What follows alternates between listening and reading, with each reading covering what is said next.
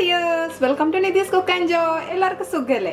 ഞങ്ങളിവിടെ സുഖമായിട്ടിരിക്കുന്നു. നല്ല അടിപൊളിയായിട്ടുള്ളൊരു തേട് മീൻ കറിയാണ്. ഏട്ട എന്നൊക്കെ പറയുന്ന, കാറ്റ് ഫിഷ് എന്നൊക്കെ പറയുന്ന നല്ല അടിപൊളിയായിട്ടുള്ളൊരു മീനിന്റെ കറിയാണിത്. മുളകിട്ട കറിയാണ്. നന്നായിട്ട് എണ്ണയൊക്കെ തെളിഞ്ഞു വന്നുണ്ടോ, നല്ല സൂപ്പർ ആയിട്ടുണ്ട് കറി. അപ്പൊ ഇതുണ്ടാക്കാൻ വളരെ എളുപ്പമാണ്. ഇഞ്ചിയും വെളുത്തുള്ളിയും നന്നാക്കുന്ന ഒരു സമയം മാത്രമാണ് ഇതിനൊരു കുറച്ചൊരു ടൈം എടുക്കുന്നത്. ഭയങ്കര ടേസ്റ്റ് ആണ്. അപ്പൊ എല്ലാവരും ഇതൊന്ന് ട്രൈ ചെയ്ത് നോക്കണം. സബ്സ്ക്രൈബ് ചെയ്യാതെ ആരെങ്കിലും വീഡിയോ കാണുവാണെങ്കിലും സബ്സ്ക്രൈബ് ചെയ്യണേ പ്ലീസ്. തൊട്ടടുത്തുള്ള ബെൽ ബട്ടണിൽ ഓൾ എനേബിൾ ചെയ്യാൻ മറന്നു പോകരുതേ. അപ്പൊ നിങ്ങൾ ഇത് ഉണ്ടാക്കുന്ന സമയത്ത് എരിവ് നിങ്ങൾക്ക് അഡ്ജസ്റ്റ് ചെയ്യാം. നിങ്ങൾ എത്രത്തോളം എരിവ് കഴിക്കുന്നവരാണെന്ന് അനുസരിച്ചിട്ട് ആ മുളക് പൊടിയുടെ അളവ് ഒന്ന് കൂട്ടിക്കൊടുത്താൽ മതി. ഇതിപ്പോ ഒരു മീഡിയം എരിവിൽ ഉള്ള കറിയാണ്. അത്യാവശ്യം കുട്ടികൾക്കൊക്കെ കഴിക്കാൻ പറ്റുന്ന രീതിയിലുള്ള എരിവ് മാത്രമേ ഇതിനുള്ളൂ. അപ്പൊ അത്ര ഭയങ്കരമായിട്ടുള്ള എരിവില്ല. അപ്പൊ നിങ്ങൾ അതിനനുസരിച്ച് അഡ്ജസ്റ്റ് ചെയ്യാം. അപ്പോൾ എല്ലാവർക്കും വീഡിയോ കണ്ടിട്ട് വരാം. Welcome to the video. നമുക്ക് മീൻകറി ഉണ്ടാക്കാൻ തുടങ്ങാം. മീൻകറി ഉണ്ടാക്കാൻ വേണ്ടിയിട്ട് ഞാനൊരു ചട്ടി അടുപ്പത്ത് വെച്ചിട്ടുണ്ട്. ചട്ടി ചൂടായിട്ടുണ്ട്. നമുക്ക് ഇതിലേക്ക് ഒരു 3 മുതൽ 4 ടേബിൾ സ്പൂൺ വരെ വെളിച്ചെണ്ണ ചേർത്ത് കൊടുക്കാം. എണ്ണ നന്നായിട്ടൊന്ന് ചൂടാവട്ടെ. വെളിച്ചെണ്ണ നന്നായിട്ട് ചൂടായിട്ടുണ്ട്. നമുക്ക് ഇതിലേക്ക് ഒരു 1/4 ടീസ്പൂൺ കടുക് ചേർത്ത് കൊടുക്കാം. കടുക് ഒന്ന് പൊട്ടട്ടെ. കടുക് പൊട്ടിക്കഴിഞ്ഞിട്ടുണ്ട്. നമുക്ക് ഇതിലേക്ക് ഒരു 5-10 മണി ഉലുവ ചേർത്ത് കൊടുക്കാം. ഉലുവ നന്നായിട്ട് മൂത്ത് വരുന്നത് വരെ നമുക്കൊന്ന് ഇളക്കി കൊടുക്കാം. തീ ലോ ഫ്ലെയിമിലാണ് ഇട്ടിട്ടുള്ളത്.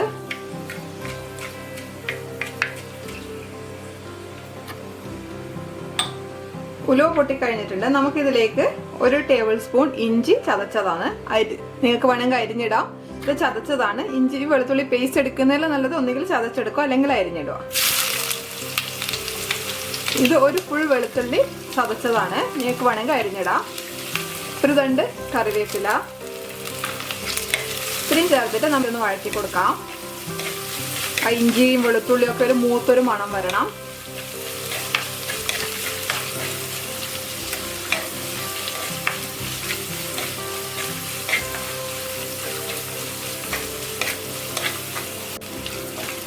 നമ്മൾ ഏകദേശം 2 മിനിറ്റോളം മീഡിയം ഫ്ലെയിമിലിട്ടിട്ട് നന്നായിട്ട് ഇഞ്ചിയും വെളുത്തുള്ളിയും വഴറ്റി എടുത്തിട്ടുണ്ട്. നല്ലൊരു മൂത്ത മണമൊക്കെ വരുന്നുണ്ട്. ഇനി നമുക്ക് ഇതിലേക്ക് പൊടികൾ ചേർക്കാം. ഒന്നുകിൽ ലോ ഫ്ലെയിമിലിട്ടിട്ട് ചേർക്കാം, അല്ലെങ്കിൽ അത് ഓഫ് ചെയ്തിട്ട് ചേർക്കാം. കാരണം പൊടികൾ കരിഞ്ഞു പോകാണ്ടിരിക്കാൻ വേണ്ടിയിട്ടാണ്. 1/2 ടീസ്പൂൺ മഞ്ഞൾപ്പൊടി, ഇതൊരു 5 ടീസ്പൂൺ കാശ്മീരി ചില്ലി പൗഡറും 1 ടീസ്പൂൺ എരിവുള്ള മുളക് പൊടിയും കൂടെ എടുത്തു വെച്ചതാണ്. 1 ടീസ്പൂൺ നിറച്ച് മല്ലിപ്പൊടി. നമ്മൾ ഉപയോഗിക്കുന്നത് ഏട്ട മീനാണ്, അതുകൊണ്ടാണ് മല്ലിപ്പൊടി ചേർക്കുന്നത്. 1 ടീസ്പൂൺ നിറച്ച് ചേർത്തിട്ടുണ്ട്. അധികം വേണ്ട, ഇത്രയും മതി. നന്നായിട്ടൊന്ന് മിക്സ് ചെയ്യാം.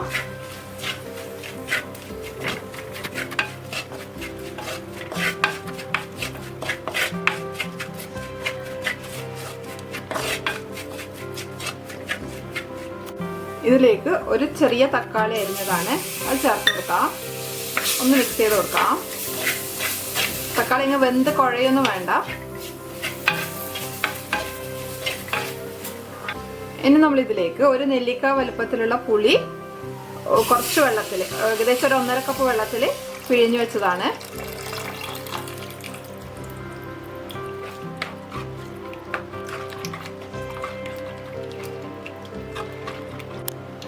ഇതിലേക്ക് 1 കപ്പ് വെള്ളം കൂടെ ഒഴിച്ചു കൊടുക്കുന്നുണ്ട്.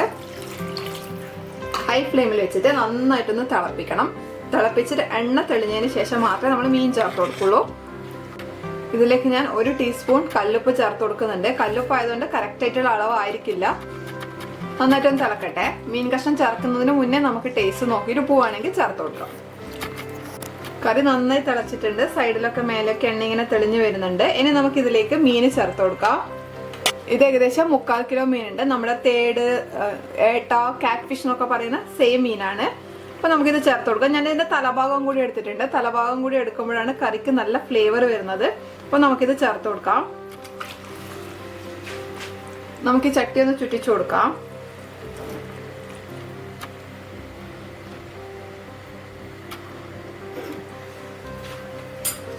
മെല്ലെ ഒന്ന് കഷ്ണങ്ങളൊക്കെ സൈഡിലൊക്കെ ആക്കിയിട്ട്, അധികം പ്രസ് ചെയ്യരുത്, കഷ്ണം ഉടഞ്ഞു പോവും.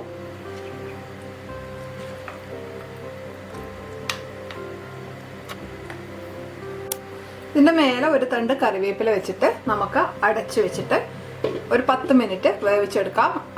ഇടയ്ക്കിടയ്ക്കൊന്ന് ചുറ്റിച്ചു കൊടുക്കാൻ വിട്ടുപോകരുത്. ചുറ്റിച്ചു കൊടുത്തിട്ടില്ലെങ്കിൽ അടിയിൽ പിടിക്കും, അല്ലെങ്കിൽ മീനിലെ എല്ലാവരുടെയും കഷ്ണങ്ങളിലൊന്നും കറി ശരിക്കും വരത്തില്ല. അപ്പൊ അതുകൊണ്ട് നമുക്കിതൊരു 10 മിനിറ്റ് ഒന്ന് കുക്ക് ചെയ്തെടുക്കാം. അപ്പൊ ഇത് ഒരു 10 മിനിറ്റ് നന്നായി തിളച്ചിട്ടുണ്ട്. കണ്ടോ, കറിയൊക്കെ വറ്റി വന്നിട്ടുണ്ട്. നമുക്കിതൊന്ന് ചുറ്റിച്ചു കൊടുക്കാം.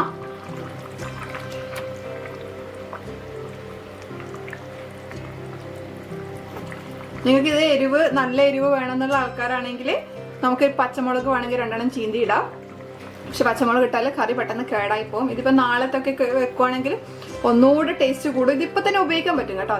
നമുക്ക് നാളത്തേക്ക് വെക്കണമെന്നില്ല, ഇന്ന് തന്നെ ഉപയോഗിക്കാൻ പറ്റും. ഒരു 10 മിനിറ്റ് 15 മിനിറ്റ് വെച്ച് കഴിഞ്ഞാൽ നമുക്കിത് ഉപയോഗിക്കാം. അതിനുശേഷം നാളത്തേക്ക് ബാക്കിയുണ്ടെങ്കിൽ നമുക്ക് നാളത്തേക്ക് വെക്കാം, കേടായി പോകുന്നില്ല. അതുകൊണ്ടാണ് ഞാൻ ചെറുള്ളിയൊന്നും ഉപയോഗിക്കാഞ്ഞത്. എരിവിന് വേണ്ടി ഞാനിവിടെ എടുത്തത് 5 ടീസ്പൂൺ കാശ്മീരി മുളക് പൊടിയും 1 ടീസ്പൂൺ എരിവുള്ള മുളക് പൊടിയുമാണ്. നിങ്ങൾക്ക് വേണമെങ്കിൽ 3 ടീസ്പൂൺ കാശ്മീരി മുളകും എരിവുള്ള മുളകും എടുത്തിട്ട് അങ്ങനെ ചെയ്യാം. അല്ലെങ്കിൽ കൂടുതൽ എരിവ് വേണമെങ്കിൽ കൂടുതൽ എരിവ് ചേർക്കാം. അപ്പോൾ നല്ല അടിപൊളി നല്ല കുറുകിയ ചാറോട് കൂടിയ മീൻകറി റെഡി ആയിട്ടുണ്ട്. ഈ സൈഡിലൊക്കെ നന്നായിട്ട് എണ്ണ തെളിഞ്ഞിട്ടുണ്ട്, കാണുന്നുണ്ടോ നിങ്ങൾ? അതുപോലെ ഈ സൈഡിലൊക്കെ എണ്ണ നന്നായി തെളിഞ്ഞ് വന്നിട്ടുണ്ട്. ഉണ്ടോ, എണ്ണയൊക്കെ നന്നായി തെളിഞ്ഞ് വന്നിട്ടുണ്ട്.